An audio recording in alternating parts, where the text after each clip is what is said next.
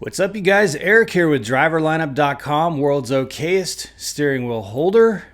As your host, coming at you from Springfield with the infamous hardly working cup from my rap video. Finally getting around to doing this nearly 2-year lease review. Coming up on 2 years, but I want to go ahead and get this taken care of while I'm home. My first lease, why I went lease video did very, very well. But that video was made back when we were sitting in a hotel room in Pocono waiting on the Peterbilt to have its first trip in the shop completed over the headlight issue.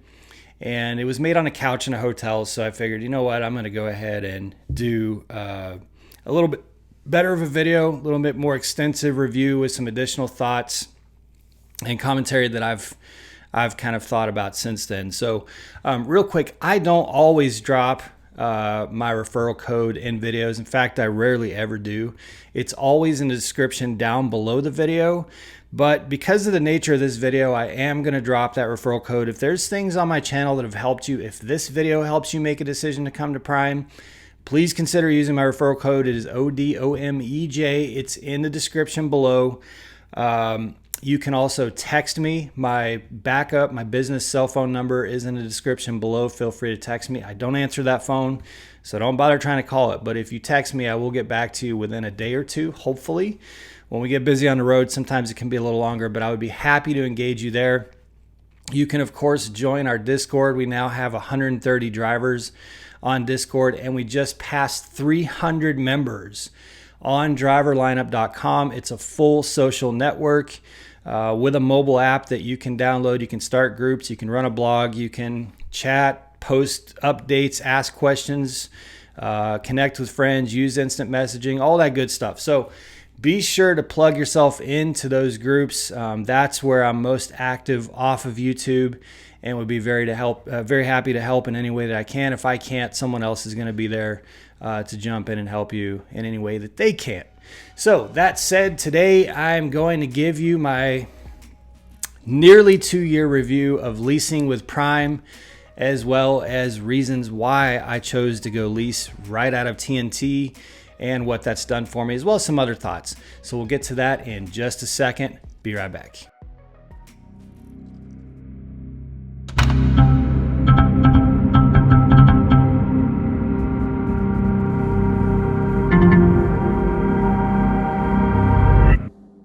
Okay, guys, let's get into it. This video is going to be a little bit lengthy. I'm not going to do a whole lot of editing to it. I'm just going to sit here and share my thoughts with you. Like I said before the intro, my first why I went lease video has done very well, and I get a lot of questions on do I still feel the same way?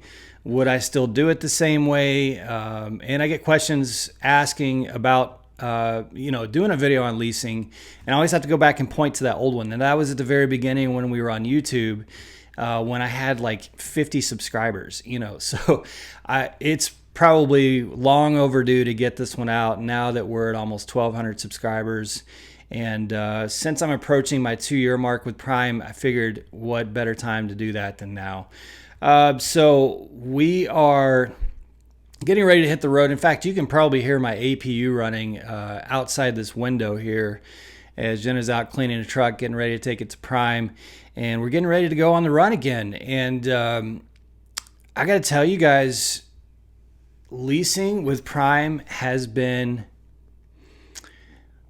90% of the time absolutely amazing. Now, I want to throw this in there before I get into this, because some of what I say is going to be controversial with some other drivers, which is the case with basically everything that I say. There's always someone out there that's mad at me for some reason, or someone who's going to say that I'm recommending things to drivers that I shouldn't be recommending. I'm not making a recommendation to anyone here. I'm not suggesting that you do anything. The whole company versus lease thing just churns my stomach, to be honest with you, because it shouldn't be a competition. I was just watching a company driver the other day on a live, just ripping on lease, and it's someone who's never been a lease driver. I, in the past, have been guilty of talking about company trucks when I don't have experience with company trucks. So I'm not going to do that. I don't know anything about running a company truck outside of the 2.5 weeks that I was on my PSD trainer's truck, who was a company driver. And honestly, that did lend itself to my decision. So I just want to make sure that it's clear up front, guys. I'm telling you my experience. I'm sharing with you my experience, my reasons for it, which for me are very legit reasons. I know there's other videos out there saying those are stupid reasons to go lease. For me, they're very important reasons to go lease. And they've played an important factor in my success and my happiness in driving for Prime. So again, this is just, I'm sharing with you my experience. Take from it what you will.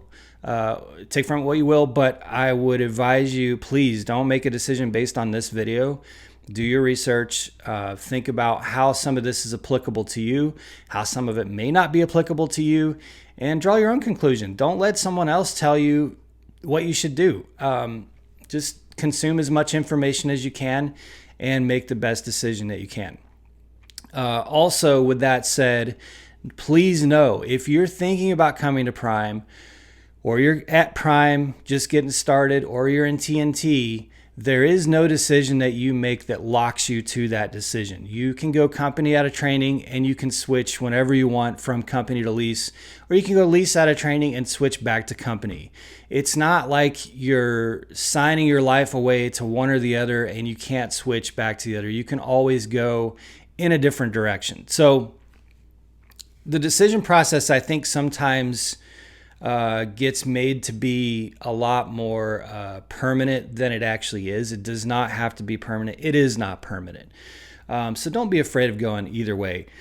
So I was kind of more motivated to do this after seeing my friend Hopper, who is a good friend of Jen and I, and he just upgraded. So we took him to Walmart the other day, and he's got his new truck and he's ready to rock. But he did text message and said, "Hey guys, this is pretty stressful because I just signed a lease for $153,000 commitment." Of course, he's not buying a truck, but still, when you sign that lease, you're making a commitment to make $153,000 in payments. And of course, I responded back in typical fashion saying, "Hey, don't worry about it. It's only $5,000 a month with your permits and your fees and everything included." And that's definitely something that would provoke a gulp, right? I mean, that's a big bite to take. And that to me was one of the hardest pills to swallow at the very beginning of this when I was coming out of TNT. Just so you guys know, I'll reiterate, I said this in the first video, but during my TNT phase, I was intending on going company all the way up until the last week of my TNT, and then I just couldn't do it. I just couldn't go company. And I think part of that is because my PSD trainer was a company driver and my TNT trainer was a lease driver, I kind of got to see the operation of both worlds. And I'll tell you, and look, there's going to be some company drivers out there that are going to say otherwise. I don't care. You guys have your experiences. I have mine. I'm telling you, the way that my company trainer ran his truck was night and day difference between from the way that my TNT trainer ran his truck. Just little things like, having his route pre-planned for him, could only get X gallon of fuel at the pump. He had to call the fuel desk and get it opened up if he needed to fuel the reefer at somewhere that wasn't pre-authorized. The kinds of loads that he had to run versus the kinds of loads that we ran on my TNT trainer's truck. It was remarkably different. I'm just being honest with you guys. I'm going to keep saying it throughout this video. If you're watching this and you're a company driver and you're saying that's BS, I'm going to pound my keyboard and tell him he's wrong. You have your take on it. I have mine. I'm just telling you, I was not comfortable with the way that my PSD trainer was forced to run his truck. And I didn't know any different when I was only in PSD, but when I got into TNT, it was a whole different level of freedom.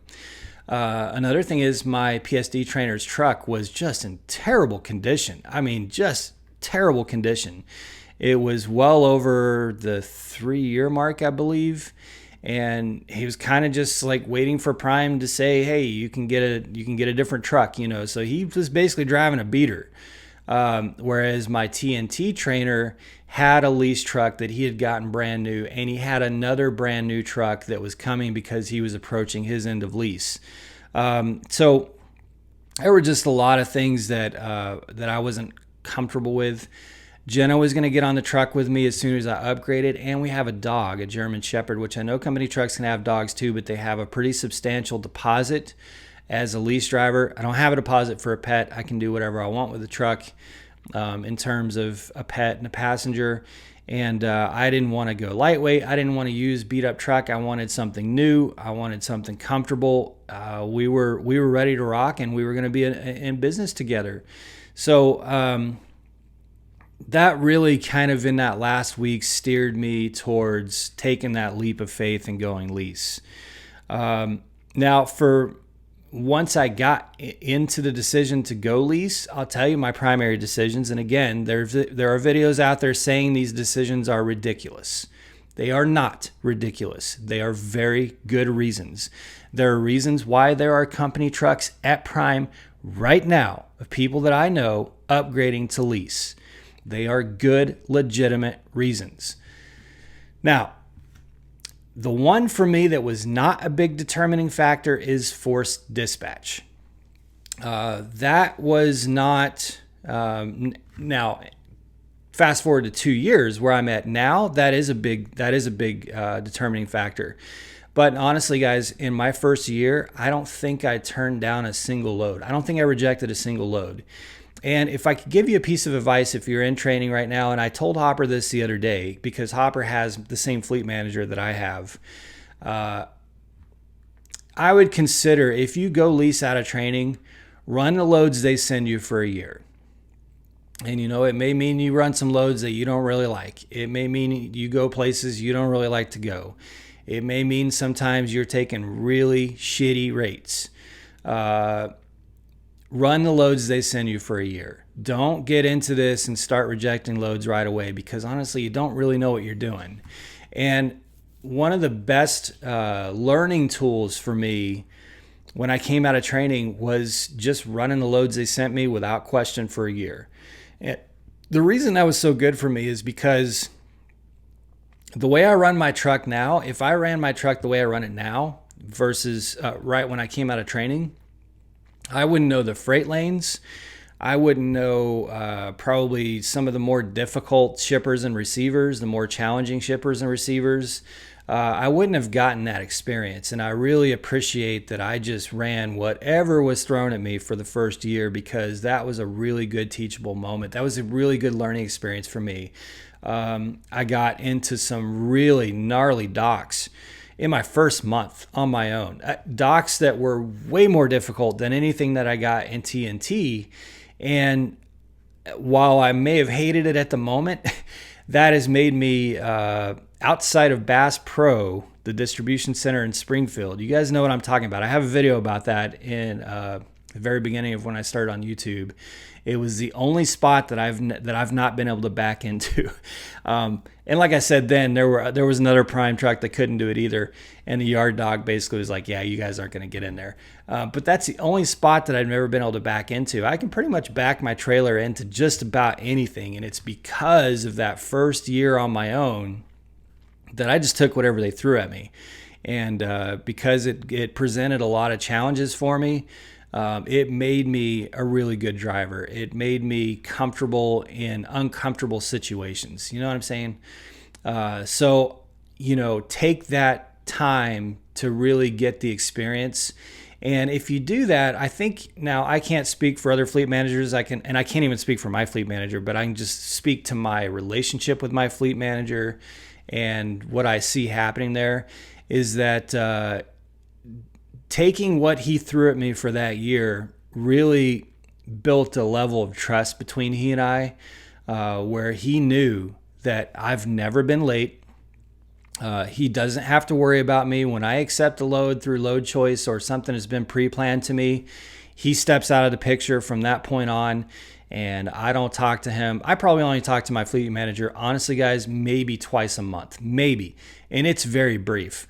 He trusts me. He knows I'm safe. He knows I'm going to get the load there on time, and he knows I'm not really going to have any difficulty or challenges when I get there. Or if I do, I'm just going to work them out myself, or get on Discord and talk to you guys and get help. I don't need to be maintained and managed.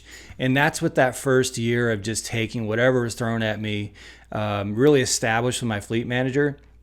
And it made it so that after my year was up, when I started getting a little bit more strategic with the loads I wanted to take, he wasn't upset with me about it. He understood. He understood that I was an experienced driver. He understood that I was going to make him money. He understood that I was going to run the loads safely and on time.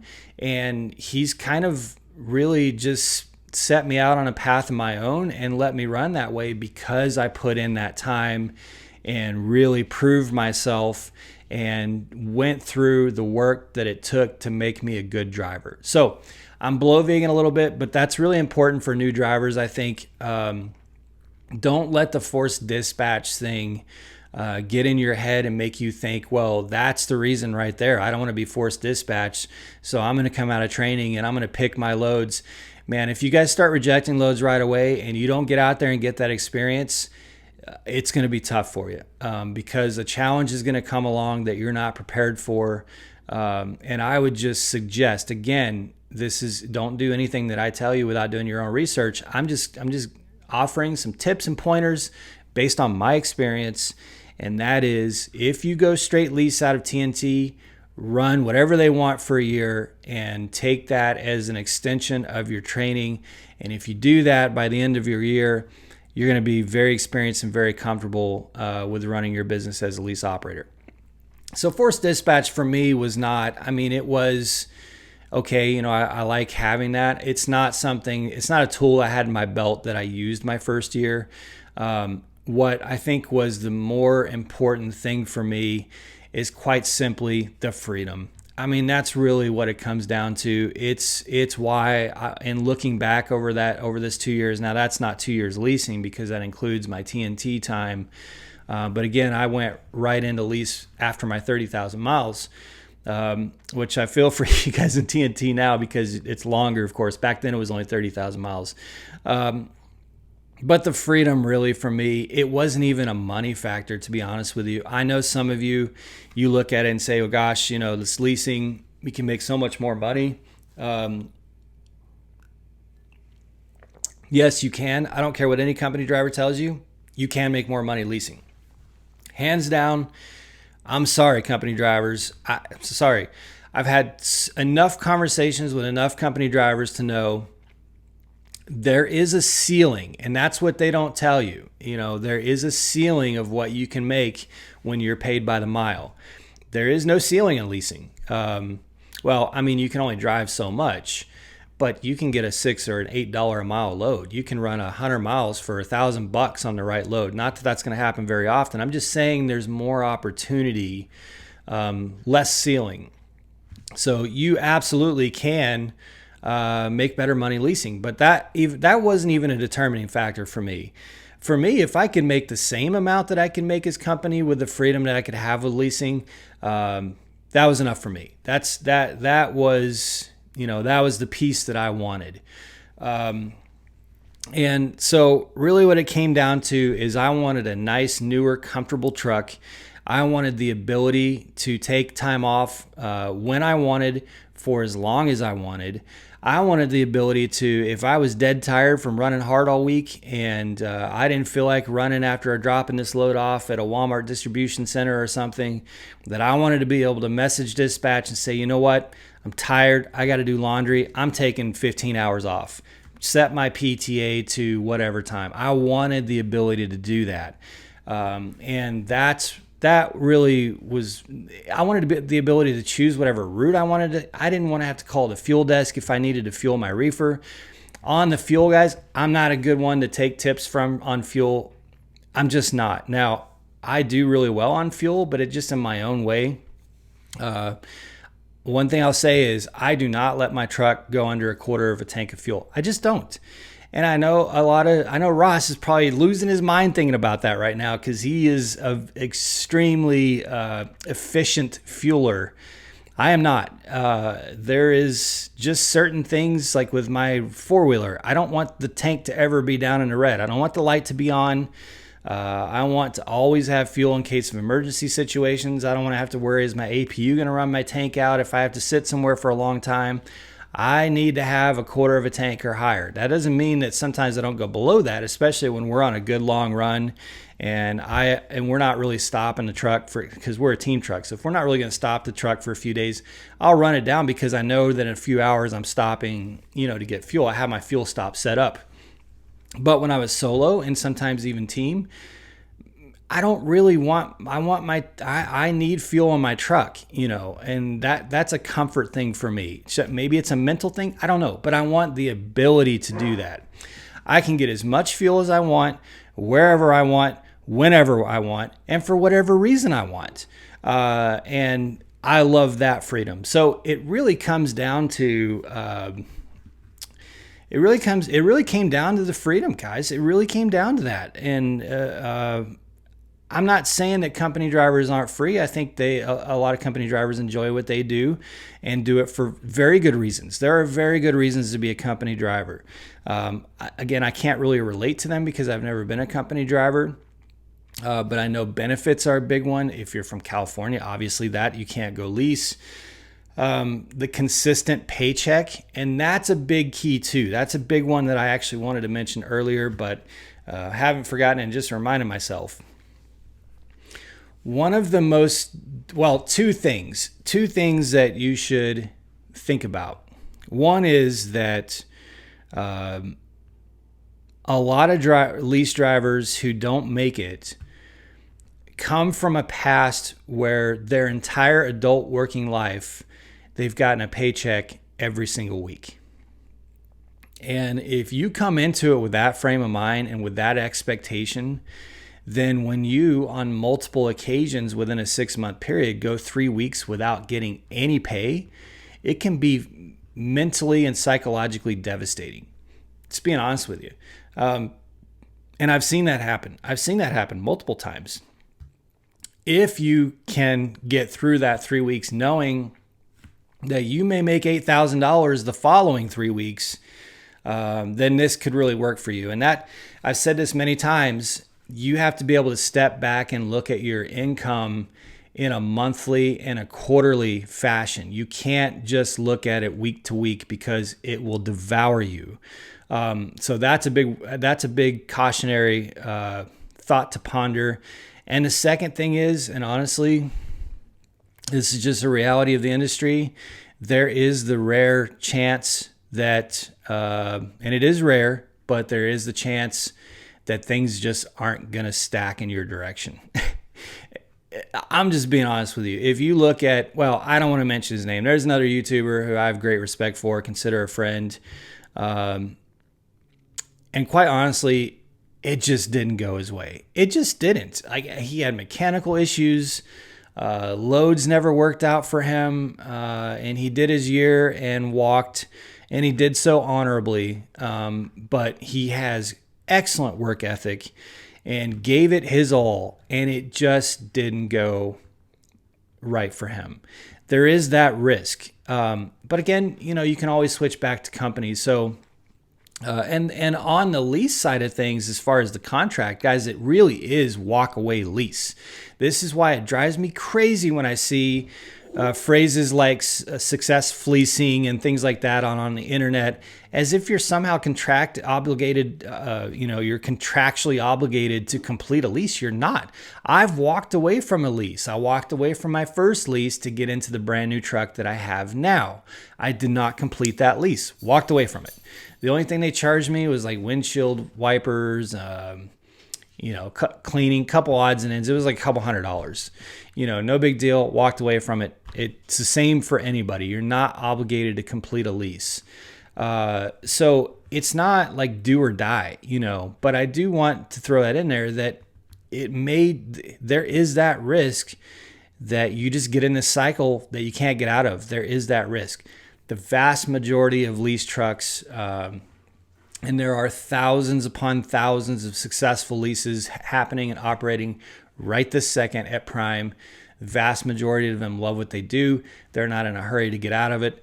They're very pleased with their situation. So that's really, hopefully some good cautionary tales for you, some things to ponder, and then the reasons that I went lease, and then getting to where I am now, which is Jen and I running a team truck lease almost 2 years in. Could not be happier. I could not be happier. We know where we like to run. We know where the good shippers are, the bad shippers, the good receivers, the bad receivers. We know it doesn't mean that we don't go there. We just know what to expect. We know what kind of weight we're going to have. We know what the condition of the lot's going to be. Do I need to have on boots or do I need to have on tennis shoes? We know those things. We know what to expect everywhere we go. We know where we like to go. We try to go where we like to go. When the weather's bad, we know where those weather patterns hit, and we try to avoid those bad weather patterns, which we're pretty successful at.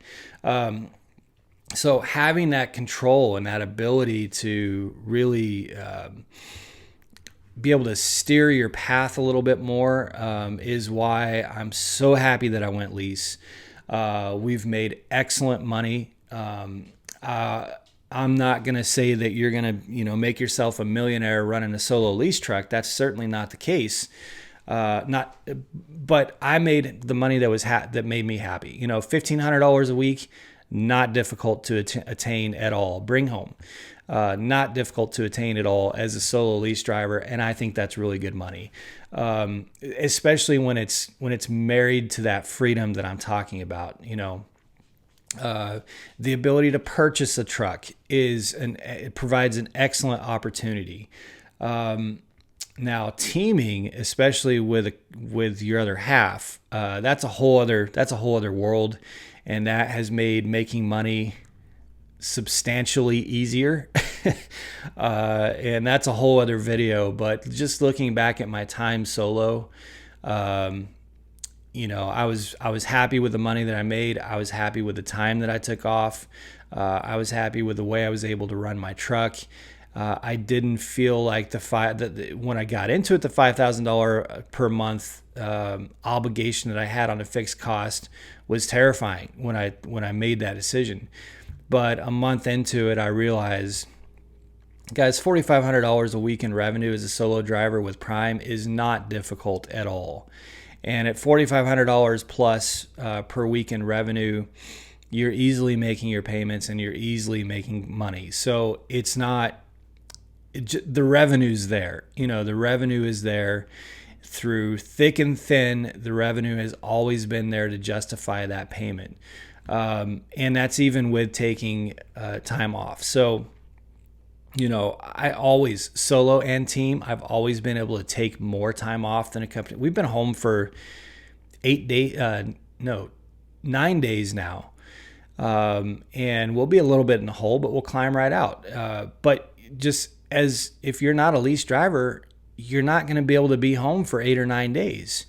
And to me, the first 2 or 3 days home is just decompressing and laundry and getting the truck cleaned out. Like, that's not even time off. If I only had 3 or 4 days off at a time, it would suck. I'm just being honest with you, because that 3 or 4 days is not really time off. You're running errands, you're going to the doctor, you're taking care of things that you can't take care of when the truck is moving. So that's not really time off. I need 7, 8, 9 days when we go home to really decompress, relax, get myself rebooted and ready to go back on the road. And that's what comes with leasing. So all that to say, I don't think that it's something that anyone should be fearful of.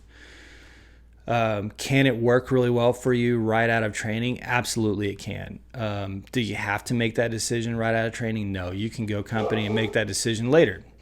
My dogs are mad. There's a squirrel outside of our house that drives my dogs absolutely crazy. So they're down there barking. Anyway, I'm going to wrap this up here in a second, but what I was saying with that, don't be don't be afraid. I'm not suggesting that you choose to jump in the lease because, hey, Eric said don't be afraid. I'm just saying, ask yourself, can you mentally handle potentially not getting a cent for 3 weeks straight, knowing that there's going to be highs after that valley that will be a blessing. If you can step back and look at it in a monthly sense or in a quarterly sense, I think you'll do just fine. And as long as you can, really put your head forward and do what you got to do, but if you need a steady paycheck that's somewhat consistent every single week, it's not for you, man. I'm telling you, it'll drive you crazy and you'll have a negative view of it. And you'll probably end up leaving Prime, and then you'll end up in some internet forum calling it all a scam and a ripoff. That's what usually happens, and that's what usually drives those folks to make those kinds of comments. So it's really just in the mindset. It's really just in the understanding. Now, as far as being afraid of, I don't know anything about the industry. I don't know anything about tires. I don't know anything about, freight lanes and things like that. You see the old schoolers, the super truckers out there saying it's not really relevant for Prime, and being honest with you. And the reason is because Prime is so technologically advanced. We have such great software with our applications. We have such great tech support at the terminals, great discounts on everything from fuel, oil, windshield wipers, cleaner, anti-gel, you name it. There's such good discounts that not have what you used to need to have 5 or 10 years of experience to run a trucking business is not really necessary anymore because of how efficient and forward-thinking Prime is as a fleet. So I wouldn't let those things, when you see that stuff out there, you're just foolish to go into a fleet. You don't know what you're doing. You're just a student. Prime takes a lot of that legwork out. It just does. It just does. I know there's some that disagree with me. Look, I didn't have any trucking experience when I got out of training, and I've been very successful with leasing for the entire time that I've been with Prime. Not once was I a company driver after I upgraded. Not once, not for a day. And I didn't know anything about it. So that whole first year, like I said, running the loads that were given to me taught me a whole lot about the industry. But having a great advanced fleet like Prime in place has kind of taken a lot of that necessary knowledge off of my shoulders until I could put it on my shoulders. Does that make sense? Hopefully that makes sense for you. So anyway, my 2-year review, man, thumbs up. I love it. Can Prime's Success Leasing, can their lease program be very fruitful and productive and profitable? Absolutely, it can. I think it's very low risk because you can get out of it at any time that you want. And I think it's a great program. It may be one of the most expensive in the industry, but we also have some of the best contracts in the industry and therefore some of the best revenue in the industry. So it's all, to me, a win. Are there going to be downsides and frustrations and challenges? Of course there are. Are there going to be times where you just want to jump out and wave the white flag, walk away from it and never see it again? Yes, of course. Of course. There have been several times where I was done, just done, until the next week when it was like, oh my God, I can never leave this. This is amazing. So you're going to have your ups and downs. You just got to learn to ride them. And you got to learn to know that you are a business, not an employee. And just like landscaping or any other business where there's cost, you got to buy lawnmowers, you got to buy fuel, you got to have all your upkeep. You may go a week or two without getting paid. And then all of a sudden, all those checks are going to start arriving from all the lawns you cut. It's just like any other type of business like that, where you have your ups and downs and you just have to be mentally capable of working your way through them. So if you're thinking about doing it, certainly do more research. Like I said, don't make a decision based on my video. But based on my experience, there is nothing to be afraid of as long as you're asking yourself the right questions and setting yourself up the correct way mentally. It can be a great experience. and it can be extremely productive and profitable for you. So that's my 2 years in, almost 2 years. Wouldn't have it any other way. No regrets. Wouldn't do it any differently. I would do it exactly the way that I did it, and I'm very happy with the way I did it, and I fully endorse the way that I did it, stand by it, and looking forward to the things to come in the next few years. So that's it, guys. Hopefully this is helpful to you. I mentioned Load Choice. I'm going to link to my review of Load Choice in the description, as well as Discord if you want to plug into that messaging app. There, like I said, there's 130 plus drivers in there, and my referral code is down there, as well as my cell phone number and a link to Driver Lineup, that app with 300 plus Prime Ink drivers. Would love to connect with you there. If you have any questions, let me know in the comments below. Make sure to like this video. If you haven't subscribed to the channel, subscribe. We're about to hit the road. We'll be back on the daily vlogs here shortly. Be safe, guys. Make good decisions. And as always, drive to thrive. Talk to you soon.